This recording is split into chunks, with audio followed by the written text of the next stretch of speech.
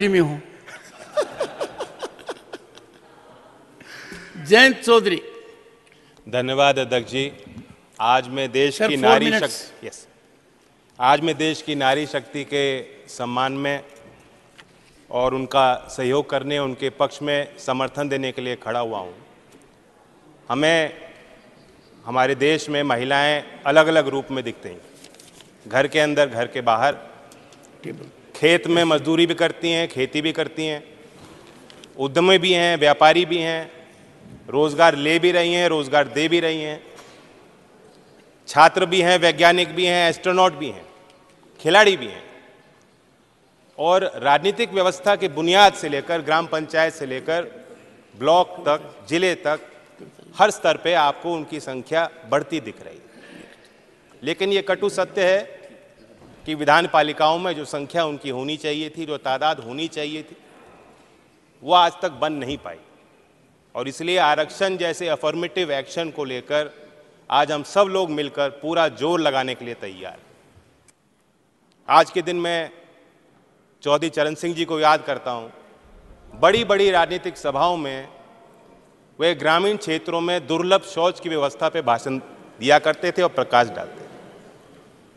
आज जातियों में इतने संबंधों में कट्टरता बनती जा रही, वो अंतर्जातीय विवाह के पक्षधर बनकर लोगों को जोड़ने की बात करते थे। क्यों? क्योंकि वे चाहते थे कि समाज बदले।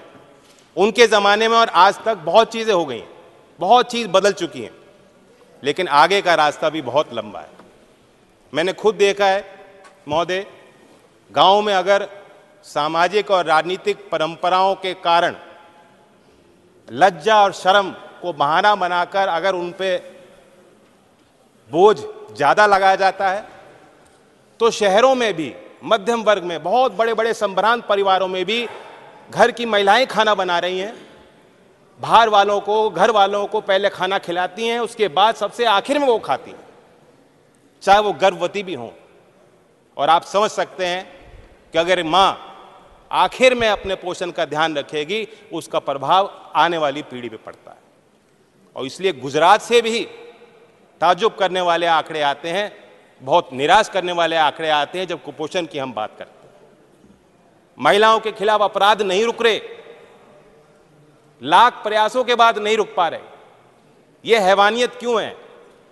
उन्नाव हो, कठुआ हो, हाथरस हो, मणिपुर हो, महिला जो हमारी खिलाड़ियां थीं, कितना अत्याचार चुपचाप सहें। अच्छा होता कि आज ट्रेजरी बेंचेस से जो आवाज निकल रही है, उस समय भी आपको उनके पक्ष में बात रखनी चाहिए। मैं मानता हूं कि इन चीजों का समाधान तब होगा जब हम जैसे लोगों की संख्या ऐसे सदनों में कम होगी और महिलाओं को खुद एजेंसी मिलेगी और खुद अपने नेतृत्व को आगे बढ़ने का मौका महिलाओं को as a voter, as a supporter and as a leader मिलेगा। और इसलिए मैं इस बिल का समर्थन करता हूं। बिल के लिए संबंध में 2 ही सवाल है मेरे। नंबर 1, आप ही की प्रक्रिया को अगर हम फॉलो करते हैं तो 10 साल तो कहीं नहीं गए। तो जो चीज 2034 तक शायद आनी है, उसके लिए ये जल्दबाजी क्यों? स्पेशल सेशन होगा, पहले बताया नहीं जाएगा क्या बिल है, उसके बाद जल्दबाजी में ये लो बिल और पास करो। क्या मजबूरी है? विंटर सेशन में भी ला सकते थे। कल गृह मंत्री अमित शाह जी ने लोकसभा में कहा कि हम ये जो आयोग बना रहे हैं, परिसीमन आयोग, ये जन सुनवाई करेगा।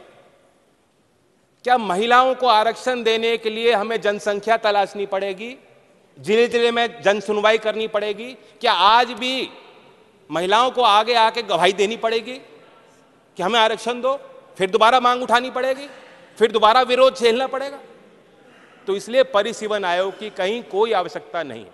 और मैं सवाल पूछता हूं कि जो माननीय देश के प्रधानमंत्री स्वर्गीय अटल बिहारी वाजपेयी जी के समय जो कानून आया था, जो प्रस्ताव आया था, जो प्रक्रिया थी, उस प्रक्रिया में क्या कमियां थी? बाकी आगे पीछे जो प्रस्ताव थे उन्हें भूल जाइए, आप वाजपेयी जी को क्यों भूल गए? तो सीधी बात है, लोग समझ गए हैं कि ये रोड़ा तैयार किया जा रहा है, ये अड़चनें तैयार की जा रही हैं। नीति तो ठीक हो सकती है, नीयत में कुछ खोट। आपने धूम पिक्चर देखी, उसके बाद धूम 2 आई, मुन्ना भाई आई, फिर आई लगे रहो मुन्ना भाई। कई बार होता है ना पार्ट 1 पार्ट 2, उसी तरह से अच्छे दिन अच्छे दिन आएंगे। लोग समझ गए अच्छे दिन आएंगे पार्ट 2 है और कुछ है नहीं, करें आपका समय और कुछ नहीं। 2022 तक महोदया, 2022 तक देश के हर गरीब को छत मिल जानी थी, किसान की आय दुगनी होनी थी, 100 स्मार्ट शहर बनने थे। फिर कहा चिंता मत करो, अमृतकाल है, रुक जाओ। आज कल और परसों का हिसाब दीजिए। आज महिलाएं इंतजार क्यों करें बताइए? अगले चुनाव में आरक्षण क्यों नहीं दिया ये बताइए? ये सवाल सबके मन में है। और संत कबीर जी का एक दोहा दोहराता हूं कि आज कल काल करे सो आज कर, और आज करे सो अब, पल में प्रलय होगी बहुरे करेगा कब। धन्यवाद।